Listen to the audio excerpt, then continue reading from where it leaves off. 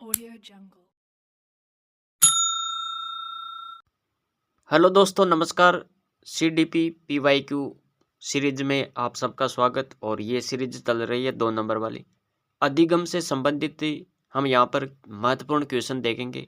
PYQ series है ये, और इस सीरीज में हम महत्वपूर्ण प्रश्नों के साथ दोस्तों हम यहाँ पर थॉर्नडाइक से संबंधित, रॉबर्ट गेने, कोहलर, अल्बर्ट बांडुरा, जीन पियाजे से संबंधित महत्वपूर्ण क्वेश्चन भी देखने वाले हैं।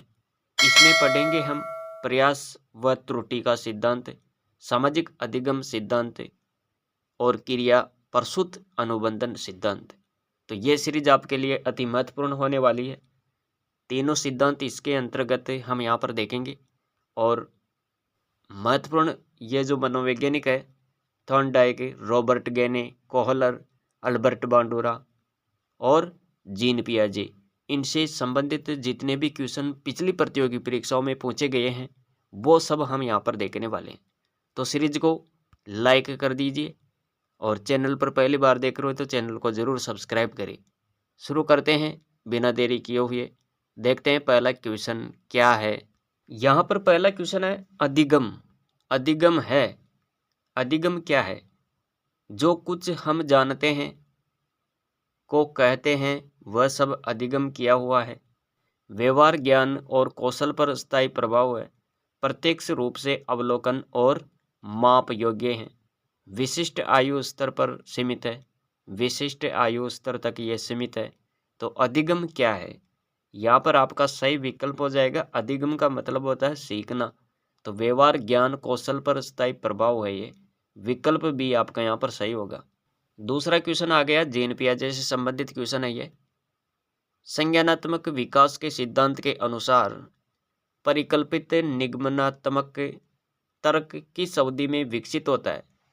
संवेदी चालक अवस्था में, पूर्व संक्रियात्मक अवस्था, पूर्व संक्रियात्मक अवस्था, या मूर्त संक्रियात्मक अवस्था, अमूर्त संक्रियात्मक अवस्था। जीन पियाजे के आधार पर संज्ञानात्मक विकास में जो 4 अवस्थाएं बताई थी वो कौन कौन सी थी, ये सभी यहाँ पर है। लेकिन यहाँ पर बात किसकी हो रही है? परिकल्पित निगमनात्मक तर्क किस अवधि में विकसित होता है, वह कौन सी अवस्था है? तो विकल्प आपका यहाँ पर क्या सही होगा? विकल्प डी सही होगा यहाँ पर, अमूर्त संक्रियात्मक अवस्था। और इसके बारे में आपको याद रखना है, 11 वर्ष से ये 15 या इसके ऊपर तक चलती है। और इसमें क्या होता है? इसमें बालक चिंतन कर सकता है। जो सामने नहीं हो, जो दिखाई नहीं दे रही है, अदृश्य हो, उस पर भी बालक चिंतन कर सकता है। इस अवस्था में बालक में परिकल्पनात्मक चिंतन पाया जाता है, और बौद्धिक चिंतन, तार्किक चिंतन, समस्या समाधान करना और मानसिक योग्यताओं का विकास इस अमूर्त संक्रियात्मक अवस्था में देखने को मिलता है। तो विकल्प डी आपका यहाँ पर सही होगा साथियों।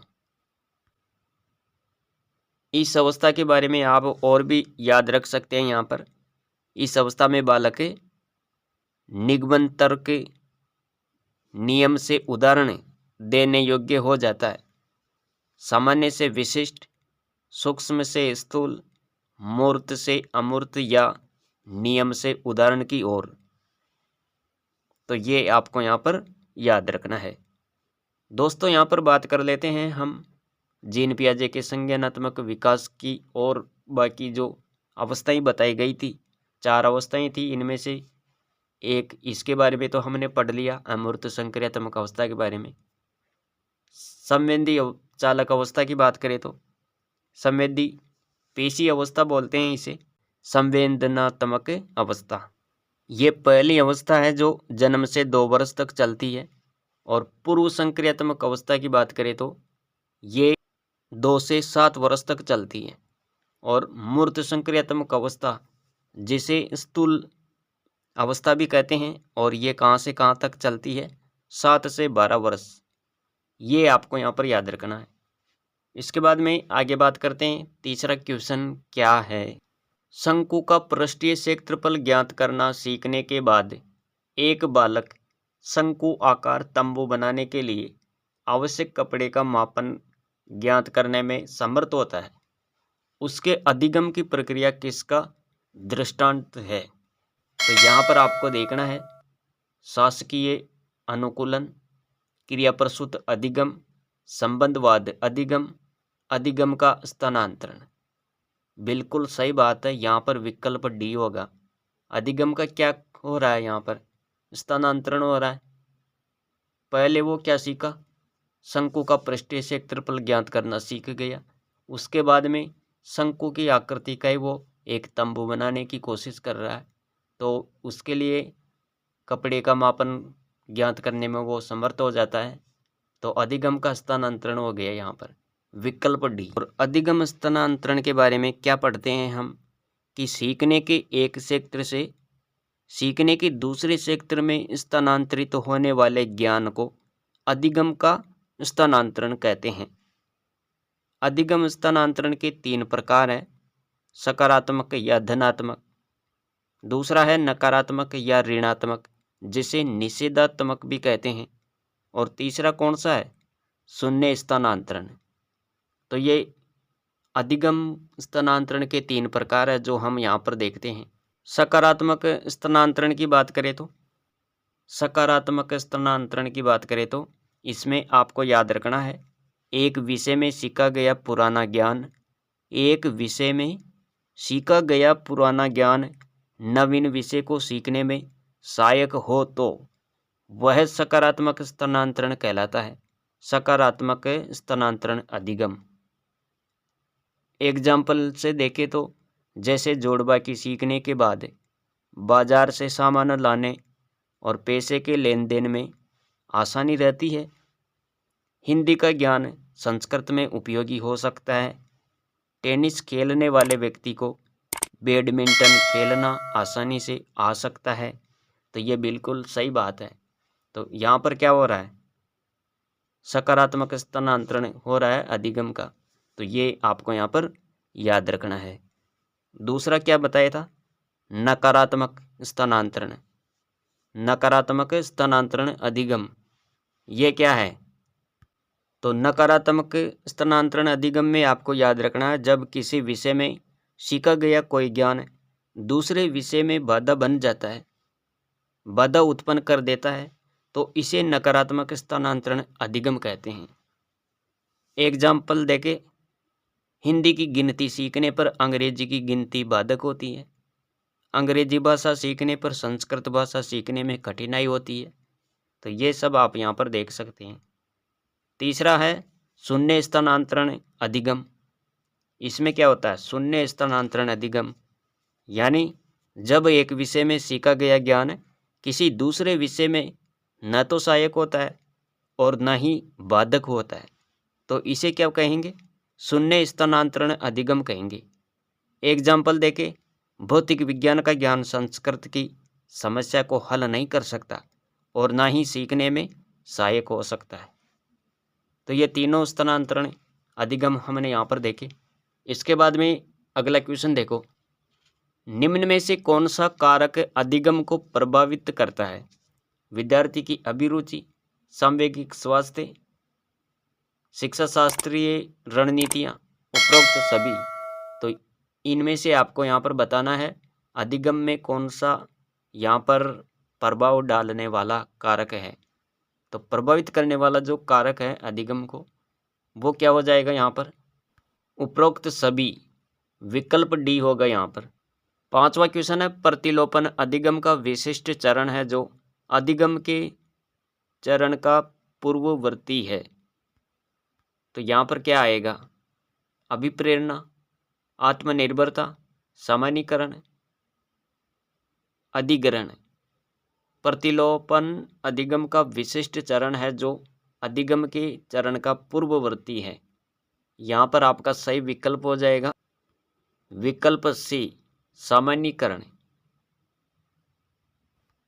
निम्न में से संवेग है, इनमें से बताना है संवेग कौन सा है यहाँ पर? उत्तेजना, स्मृति, डर, ध्यान। संवेग, विकल्प सी होगा यहाँ पर, डर। ये किस में आएगा? संवेग में आएगा। अधिगम का पठार है, अधिगम का पठार। तो देखो यहाँ पर अधिगम के पठार के बारे में आपको याद रखना है। सीखने की दर का लंबे समय तक स्थिर रहना। अधिगम स्तर में न तो उन्नति होती है और न ही अवनति होती है, तो इसे अधिगम का पठार कहते हैं। अधिगम का पठार। तो यहाँ पर देखो अधिगम का पठार इनमें से कौन सा है? अधिगम में अवरुद्ध वर्धन, अधिगम में दोष, अधिगम की समाप्ति, अधिगम के अवरोध। तो अधिगम का पठार इनमें क्या है? विकल्प ए, अधिगम में अवरुद्ध वर्धन। अधिगम का पठार किसे कहते हैं? अधिगम में स्थिरता बनी रहती है, इसे अधिगम का पठार कहेंगे। अधिगम में स्थिरता बनी रहना ही अधिगम का पठार है। क्वेश्चन है आठवां क्वेश्चन क्या कह रहा है? देखो यहाँ पर संघनन का सिद्धांत निम्न में से किसकी व्याख्या करता है? अधिगम की, स्मृति की, अभिप्रेरणा की, सृजनात्मकता की। तो यहाँ पर आपका सही विकल्प क्या हो जाएगा? विकल्प बी सही होगा यहाँ पर, स्मृति की। 9वां क्वेश्चन है सूझ या अंतर्दृष्टि के सिद्धांत का प्रतिपादन किसने किया? सूझ या अंतर्दृष्टि के सिद्धांत का प्रतिपादन। तो विकल्प आपका यहाँ पर क्या सही होगा? तो दोस्तों याद रखिएगा, यहाँ पर सूझ या अंतर्दृष्टि के सिद्धांत की बात करें तो आपका यहाँ पर सही विकल्प बी होगा। गेस्टाल्टवादी मनोवैज्ञानिकों ने सूझ या अंतर्दृष्टि के सिद्धांत का प्रतिपादन किया। विकल्प बी सही होगा यहाँ पर। सूझ वास्तविक स्थिति का आकस्मिक, निश्चित और तात्कालिक ज्ञान है, ये गुड का कथन है। और सूझ के सिद्धांत पर कोहलर ने सुल्तान नामक चिंपांजी पर प्रयोग किया। बंद कमरे में छत पर केले लटकाए गए और बंद कमरे में बक्से को रख दिया गया। सुल्तान नामक चिंपैंजी को उस कमरे में बंद कर दिया और बंदर ने उछल कूद की। बंदर ने क्या किया? उछल कूद की, केले प्राप्त नहीं हुए। फिर उसे सूझा कि बक्से को लटके हुए केलों के ठीक नीचे रखा जाए। उस पर चढ़कर बंदर ने केले प्राप्त कर लिए। वनमानुष सुल्तान के समान ही बालक और व्यक्ति भी सूझ द्वारा सीखता है। सूझ का आधार क्या है? कल्पना है। 1911 में वर्दीमर ने इस सिद्धांत का सर्वप्रथम शुभारंभ किया। 1916 में कोहलर वर्दीमर से जुड़े एवं सुल्तान नामक चिंपैंजी पर शोध कार्य के लिए प्रयोग किया। 1920 में कोपका ने थ्योरी ऑफ गेस्टाल्ट नामक पुस्तक लिखी, जिसके द्वारा ये सिद्धांत पूरी दुनिया के सामने आया। तो ये बातें आपको यहाँ पर याद रखनी है साथियों। अगला क्वेश्चन देखो, क्वेश्चन क्या है? दर्पण चित्र में परीक्षण किसको मापने हेतु किया जाता है? दर्पण चित्र में परीक्षण किसको मापने के लिए किया जाता है? अधिगम की गति को, अधिगम अंतरण, सृजनात्मकता, अभिरुचि। तो दर्पण चित्र में परीक्षण किसको मापने के लिए किया जाता है? बी सही होगा यहाँ पर। विकल्प बी में क्या है? अधिगम अंतरण। ये क्या है? अधिगम अंतरण। तो अधिगम अंतरण के बारे में आपको याद रखना है। अधिगम अंतरण होता क्या है? ट्रांसफर ऑफ लर्निंग, यानी किसी भिन्न स्थिति में पहले के सीखने के कारण नई स्थिति में अधिक त्वरित रूप से सीखना। सकारात्मक अंतरण अथवा पहले के सीखने के कारण एक नई स्थिति में धीरे धीरे सीखना, ये क्या है? निषेधात्मक अंतरण। दोनों स्थिति याद रखें यहाँ पर। इसे ही क्या कहते हैं? अधिगम अंतरण कहते हैं, ट्रांसफर ऑफ लर्निंग। पियाजे के अनुसार संज्ञानात्मक विकास की द्वितीय अवस्था कौन सी होती है? तो अभी हमने बताया था, पियाजे के अनुसार संज्ञानात्मक विकास की जो दूसरी अवस्था होती है वो पूर्व संक्रिया की अवस्था होगी और यह चलती है 2 से 7 वर्ष। और इस अवस्था में आपको याद रखना है बालक में आत्मकेंद्रितता का गुण पाया जाता है। बालक में आत्मकेंद्रितता का गुण पाया जाता है। और बालक इसमें क्या करता है, इस अवस्था में छोटे छोटे कार्य करने में मदद करने लगता है। वस्तुओं को क्रम से रखना, हल्के भारी का ज्ञान उसे होने लगता है। रंगों की पहचान करने लगता है। गिनती करना, अक्षर लिखना, पूछने पर अपना नाम बता दे आदि ये सब सीख लेता है। लेकिन वह तर्क वितर्क नहीं कर सकता, इसलिए इसे अतार्किक चिंतन की अवस्था भी कहते हैं। किसको? पूर्व संक्रिया की अवस्था को। तो यहाँ पर आपको याद रखना है इसके बारे में। और इस अवस्था में बालक में वस्तु स्थायित्व का भाव, सजीव चिंतन, जीववाद आदि के गुण पाए जाते हैं। इस अवस्था को दो अवधि में बांटा गया है। आपको याद रखना है, प्राक संप्रत्यात्मक अवधि, जिसे पूर्व प्रज्ञ काल भी कहते हैं, ये 2 से 4 साल तक होती है। और दूसरा आपको याद रखना है यहाँ पर अंतर्दृष्टि अवधि, अंतःप्रज्ञ काल, और ये 4 से 7 साल यहाँ पर इस याद रखेंगे।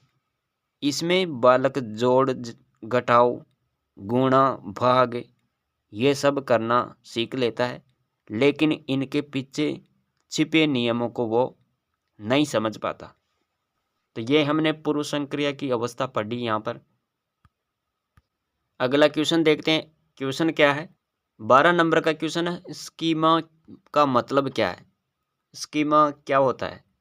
खंडन क्रिया विधि, अधिगम विधि, लंबे समय के याददाश्त में सूचना के संगठित पैकेट्स का चित्रण होना, शारीरिक प्रतिवाद क्रिया विधि।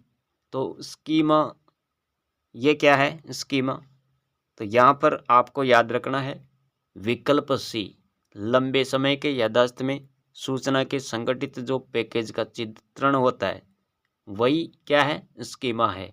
विकल्प सी।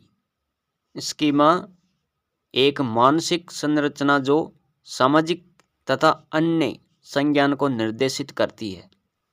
13 नंबर का क्वेश्चन है, पियाजे के सिद्धांत में एक प्रक्रिया जो पुराने और नए धारणाएं और अनुभव के बीच संतुलन क्रिया है, जो जाना जाता है समावेश, समायोजन, संतुलन, ज्ञान विघ्न। तो विकल्प आपका यहाँ पर क्या सही होगा? पियाजे के सिद्धांत में एक प्रक्रिया जो पुराने नए धारणाएं और अनुभव के बीच संतुलन की क्रिया, इसे क्या जाना जाता है? इसे क्या कहेंगे? तो विकल्प आपका यहाँ पर सी सही हो जाएगा, संतुलन। विकल्प सी। क्वेश्चन है, सिगमंड फ्राइड किसके जनक माने जाते हैं? सिगमंड फ्राइड प्रेरणा के सिद्धांत के, मनोविश्लेषण सिद्धांत, संबद्धता के सिद्धांत, या फिर समानता के सिद्धांत का। तो सिगमंड फ्राइड का संबंध किस सिद्धांत से है? विकल्प बी सही होगा यहाँ पर, मनोविश्लेषण का सिद्धांत है। और इस सिद्धांत में इन्होंने मन की 3 दशाएं बताई, चेतन, अचेतन, अर्धचेतन। 15 नंबर का क्वेश्चन है, हमारे देश में कई बच्चे एक से अधिक भाषा बोलते हैं। कई बच्चे एक से अधिक भाषा बोलते हैं। निम्न में से पता लगाए 2 भाषाओं को बोलने की क्षमता वाले बच्चे के लिए सही लाभ क्या है?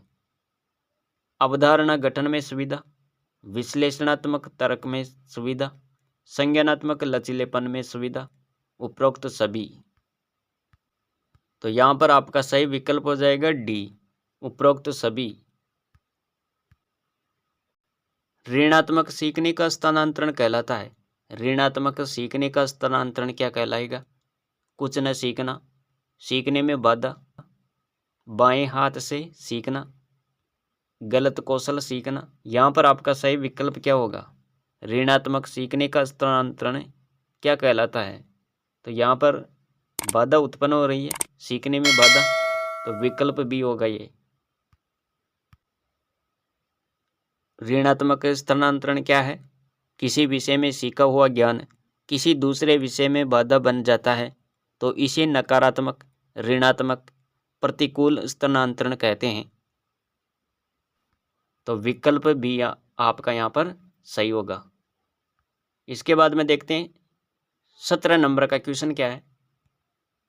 अभिक्षमता की परिभाषा है। अभिक्षमता किसे कहते हैं?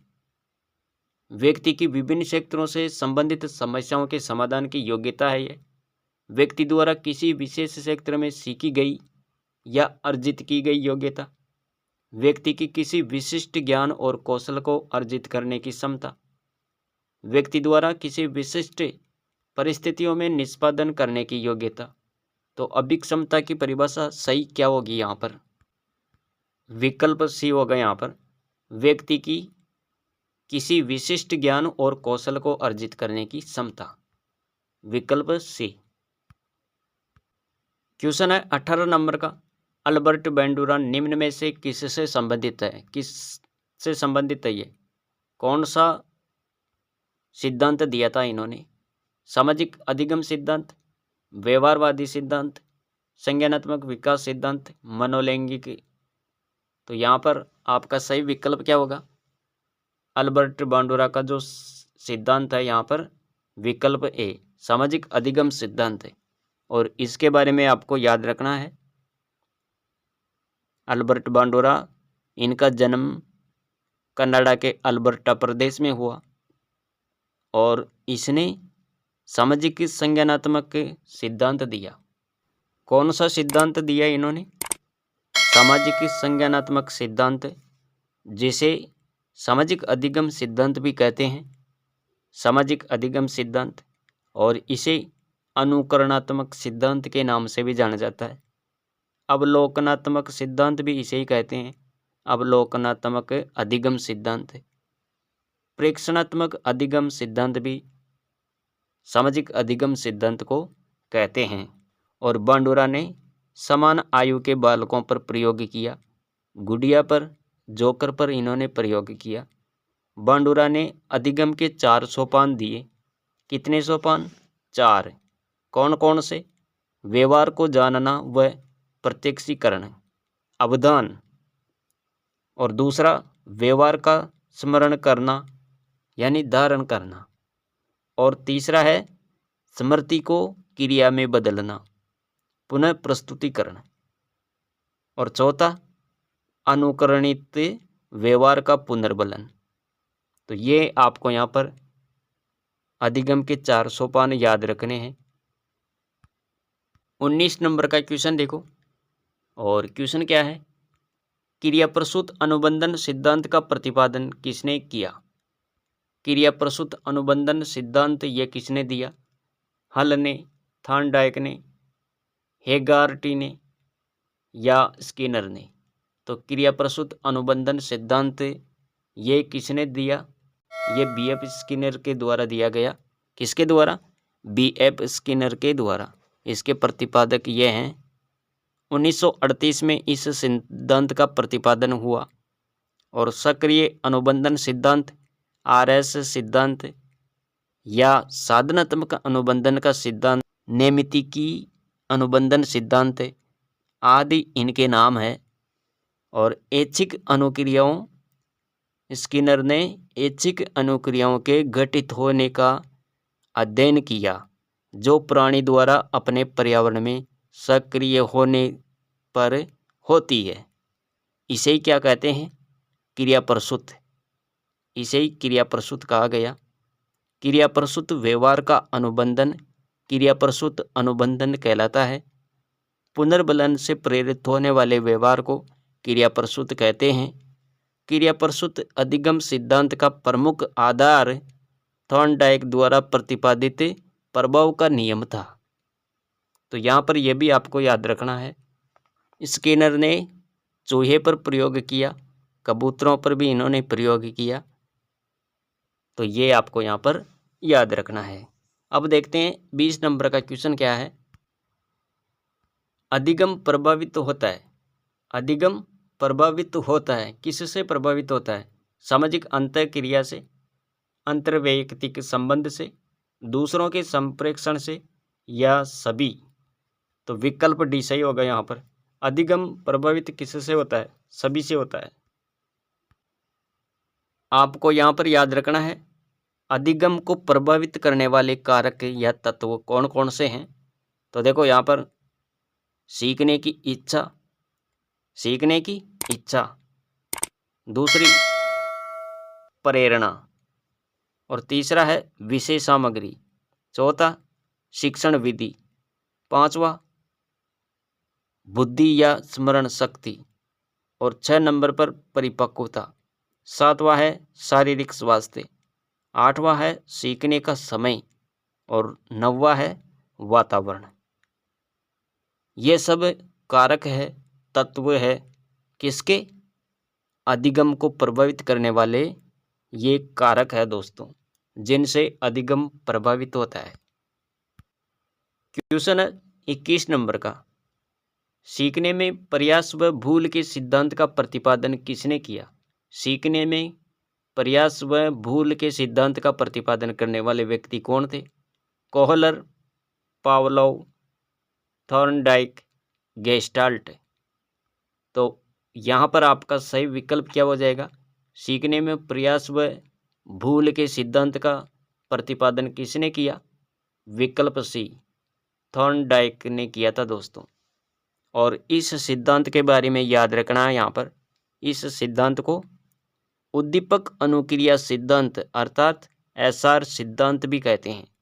जब कोई उद्दीपक प्राणी के समक्ष उपस्थित होता है तब उसके प्रति वह अनुक्रिया करने लगता है, अर्थात अधिगम की प्रक्रिया के दौरान उद्दीपक तथा अनुक्रिया के बीच बंधन अथवा संबंध बनते हैं, जिन्हें उद्दीपक अनुक्रिया बंधन कहते हैं, और इसे आवर्ती का सिद्धांत भी कहते हैं, और इसे ही चयन का सिद्धांत, प्रयास व त्रुटि का सिद्धांत भी कहते हैं, और इसे थॉर्नडाइक का संबंधवाद सिद्धांत के नाम से भी जाना जाता है। तो ये आपको यहाँ पर याद रखना है। और थॉर्नडाइक ने किस पर प्रयोग किया, थॉर्नडाइक ने बिल्लियों पर, चूहों पर, मछलियों पर, मुर्गियों पर आदि पर प्रयोग किए। और थॉर्नडाइक ने सीखने के मुख्य नियम बताए थे, तत्परता का नियम और अभ्यास का नियम और प्रभाव व परिणाम का नियम। तो ये थॉर्नडाइक के द्वारा बताए गए मुख्य नियम है सीखने के, ये भी आप यहाँ पर याद रख सकते हैं।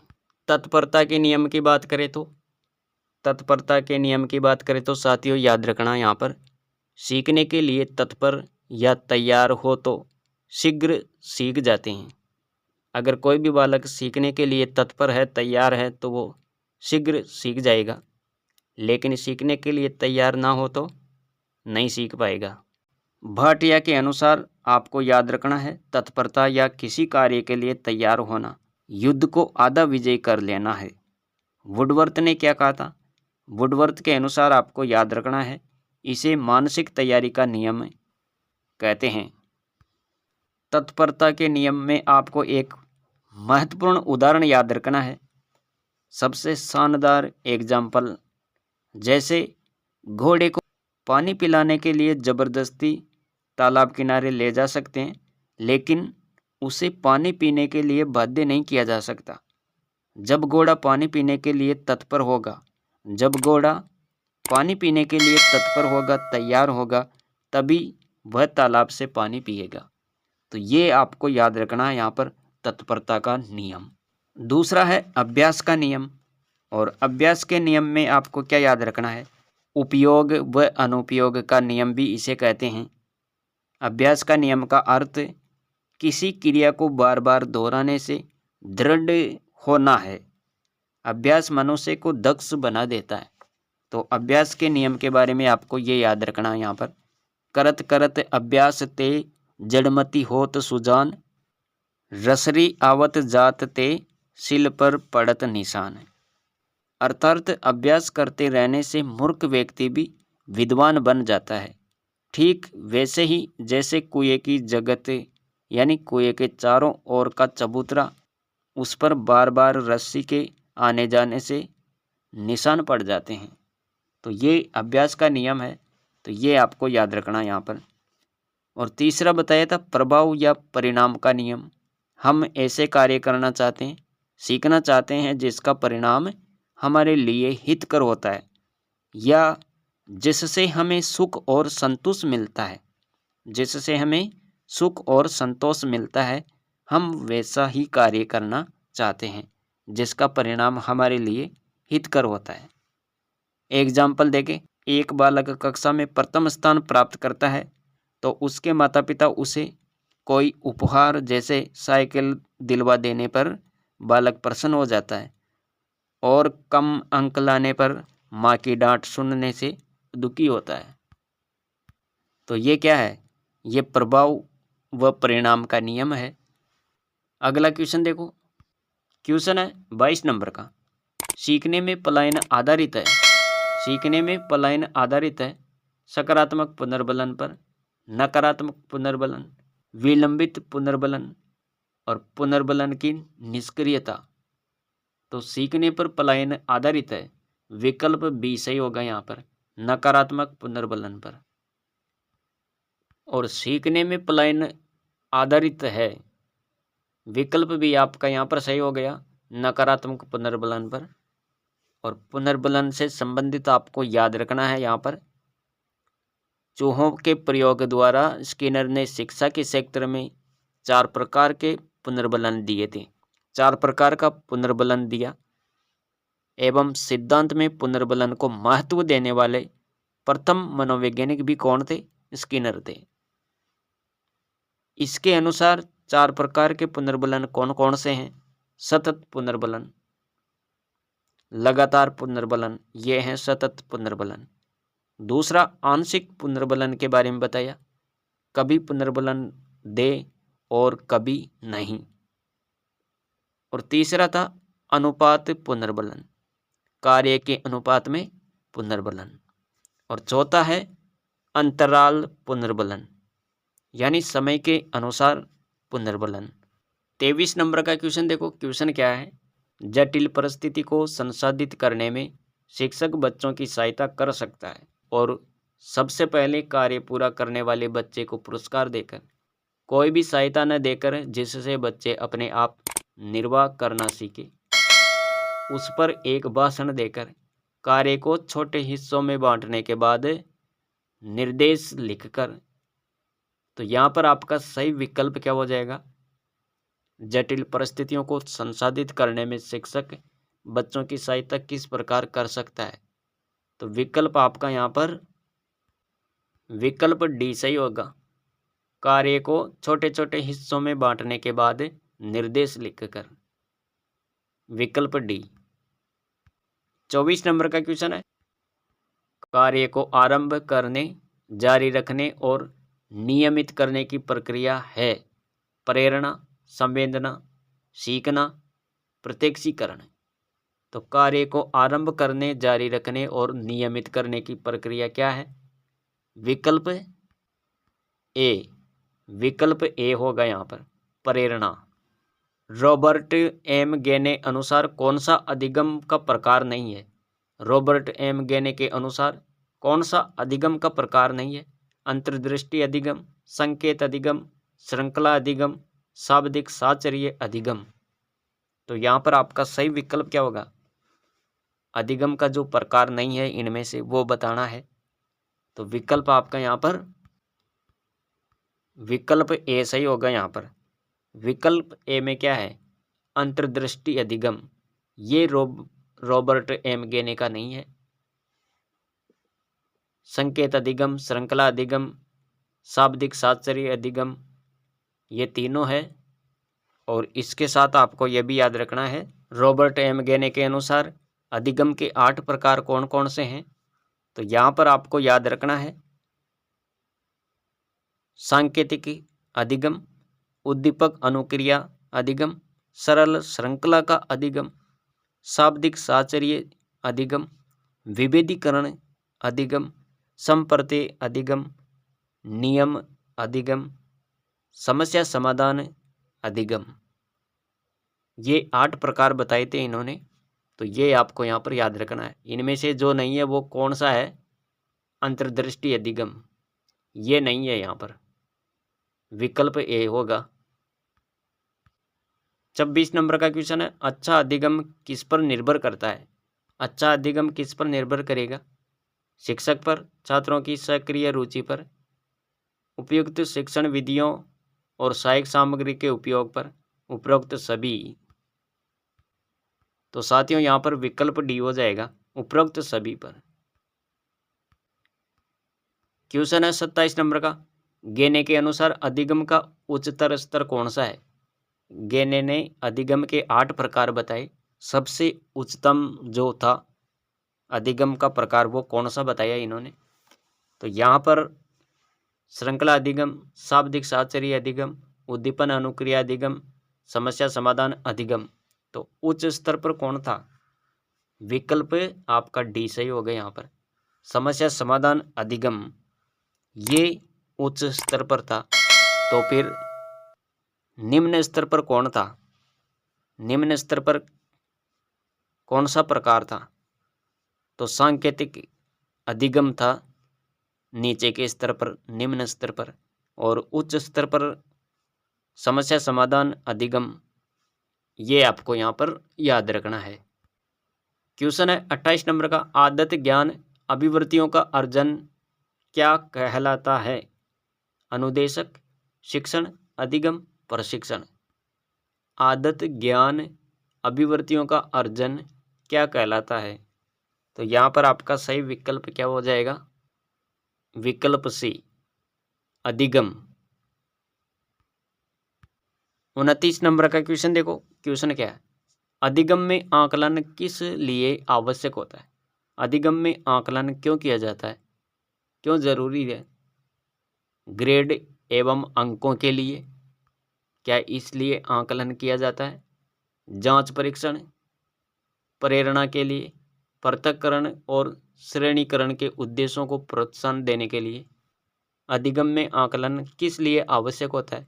तो यहाँ पर सीखते टाइम जो आकलन दिया जाता है, सीखते समय जो आकलन किया जाता है, उसका मुख्य उद्देश्य क्या होता है? विकल्प सी होगा यहाँ पर, विकल्प सी, प्रेरणा के लिए। और आज की सीरीज का हम यहाँ पर लास्ट क्वेश्चन देख रहे हैं, विकृत लिखावट संबंधित लिखने की योग्यता में कमी किसका एक लक्षण है? लिखने का विकार है, तो लिखने की योग्यता में कमी किसका एक लक्षण है? तो यहाँ पर आपको बताना है, डिसलेक्सिया, डिसग्राफिया, डिस्प्रेक्सिया या डिस्कैलकुलिया। विकल्प आपका यहाँ पर बी सही होगा साथियों, विकल्प बी, लिखने संबंधी विकार, विकल्प बी, डिस्ग्राफिया हो जाएगा यहाँ पर। विकल्प भी याद रखें, लिखने संबंधी समस्या याद रखें, जैसे बच्चा बी को डी लिखता है, 6 को 9 लिखता है, तो ये लिखने संबंधी विकार है और ये किस में आएगा? डिस्ग्राफिया में आएगा। विकल्प भी हो जाएगा यहाँ पर। पढ़ने संबंधी समस्या की बात करें तो पढ़ने संबंधी समस्या ये डिसलेक्सिया में आएगी, डिसलेक्सिया। जैसे आपको आब लिखना और गति कौशल में निर्योग्यता, बोलने, चलने, पढ़ने, लिखने संबंधी जो समस्या होती है वो किस में आएगी? डिस्प्रेक्सिया में आ जाएगी, डिस्प्रेक्सिया। और डिस्कैलकुलिया में क्या आएगा फिर? तो ये गणितीय गणनाओं से संबंधित समस्या है। गणितीय गणनाओं से संबंधित समस्या किस में आएगी? डिस्कैलकुलिया में। तो साथियों ये थी आज की सीरीज, जिसमें हमने कुल 30 क्वेश्चन देखे। यहाँ पर CDP के क्वेश्चन, महत्वपूर्ण क्वेश्चन PY की सीरीज है ये। और अगर आपने अंत तक देखा है तो आपको इसका पूरा बेनिफिट मिला है। और सीरीज अगर आपको ये पसंद आई है तो वीडियो को लाइक कर दीजिए, और चैनल पर पहली बार देख रहे हो तो चैनल को ज़रूर सब्सक्राइब करें, और ये क्लास अपने मित्रों के साथ ज़रूर शेयर करें, ताकि अधिक से अधिक विद्यार्थी मित्र इस सीरीज का फ़ायदा उठा सके। दोस्तों, राजस्थान जीके पढ़ने के लिए प्लेलिस्ट ज़रूर देखें, और सामाजिक अध्ययन की सभी MCQs PYQ सीरीज देखने के लिए प्लेलिस्ट पर विजिट करें। प्रत्येक विषय की हमने प्लेलिस्ट बना रखी है, तो ज़रूर देखें। Thanks for watching.